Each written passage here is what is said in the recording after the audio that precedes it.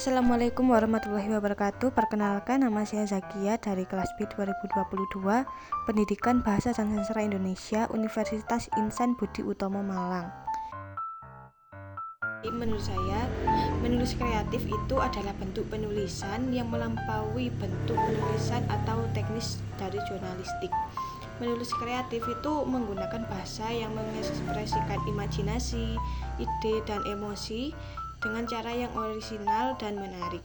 Menulis kreatif melibatkan penggunaan imajinasi untuk menciptakan dunia, karakter, dan situasi yang unik.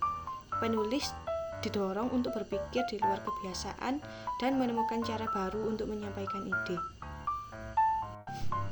Berikut adalah beberapa ragam motivasi kepenulisan yang umum ditemui. Yang pertama adalah ekspresi diri dan kreativitas. Motivasinya adalah menulis sebagai cara untuk mengekspresikan pikiran, perasaan, dan imajinasi. Keinginan untuk menciptakan sesuatu yang orisinal dan unik, dan kesenangan dalam bermain dengan kata-kata dan bahasa.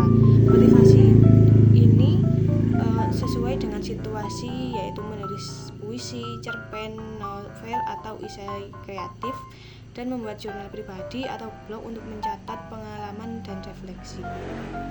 Yang kedua yaitu dalam bidang komunikasi dan informasi, dan motivasinya adalah keinginan untuk menyampaikan informasi, ide, atau pengetahuan kepada orang lain.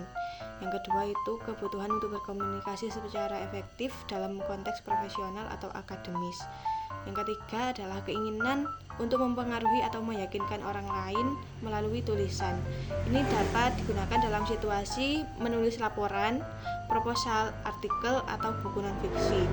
Kemudian juga untuk membuat konten untuk media sosial atau situs web, dan menulis surat atau email untuk berkomunikasi dengan orang lain. Yang ketiga, dalam hal pengaruh dan perubahan, motivasinya yaitu keinginan untuk mempengaruhi opini publik atau mendorong perubahan sosial. Kemudian, kebutuhan untuk menyuarakan pendapat atau pandangan tentang isu-isu penting, dan keinginan untuk memberikan inspirasi atau motivasi kepada orang lain.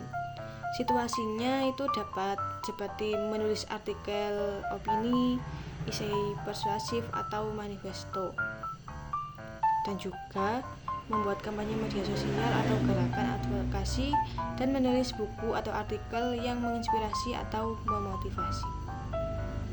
Yang keempat, dalam hal pengembangan diri dan karir, motivasinya adalah keinginan kita untuk meningkatkan keterampilan menulis dan kemampuan komunikasi, dan juga kebutuhan untuk membangun portofolio atau reputasi profesional. Ini dapat digunakan dalam situasi pelatihan atau kursus menulis artikel atau buku, mengikuti kompetisi, atau menulis untuk mencari peluang publikasi. Dan yang terakhir yaitu motivasi dalam dokumentasi dan kenangan. Motivasinya itu keinginan kita untuk merekam pengalaman, kenangan, atau sejarah pribadi, kebutuhan untuk melestarikan informasi atau pengetahuan untuk generasi mendatang, dan keinginan untuk membagikan cerita keluarga atau warisan budaya. Situasinya dapat digunakan untuk menulis memoir, autobiografi, atau sejarah keluarga, membuat arsip digital atau buku catatan, dan menulis surat atau jurnal untuk anggota keluarga. Selanjutnya ada konsep jurnalistik populer. Jadi konsep jurnalistik populer itu adalah gaya penulisan berita atau artikel yang bertujuan untuk membuat informasi kompleks atau serius menjadi lebih mudah dipahami dan menarik bagi khalayak luas. Gaya ini seringkali menggunakan bahasa yang lebih sederhana, ceritanya yang menarik, dan visual yang kuat untuk menarik perhatian pembaca atau pemirsa, sambil tetap mempertahankan akurasi dan etika jurnalistik. Kemudian ada profesi menulis di media massa. Jadi dalam media massa itu banyak pihak-pihak yang bekerja untuk mempublikasikan suatu karya. Di antaranya yang pertama itu ada jurnalis. Profesi ini melibatkan pengumpulan informasi, wawancara narasumber, dan penulisan berita atau laporan untuk berbagai platform media seperti cetak, daring, dan penyiaran juga. Kemudian profesi yang selanjutnya itu ada editor. Editor itu bertanggung jawab untuk meninjau, mengedit, dan memperbaiki tulisan sebelum dipublikasikan. Mereka memastikan bahwa tulisan yang akan dipublikasikan itu akurat, jelas, dan sesuai dengan standar media.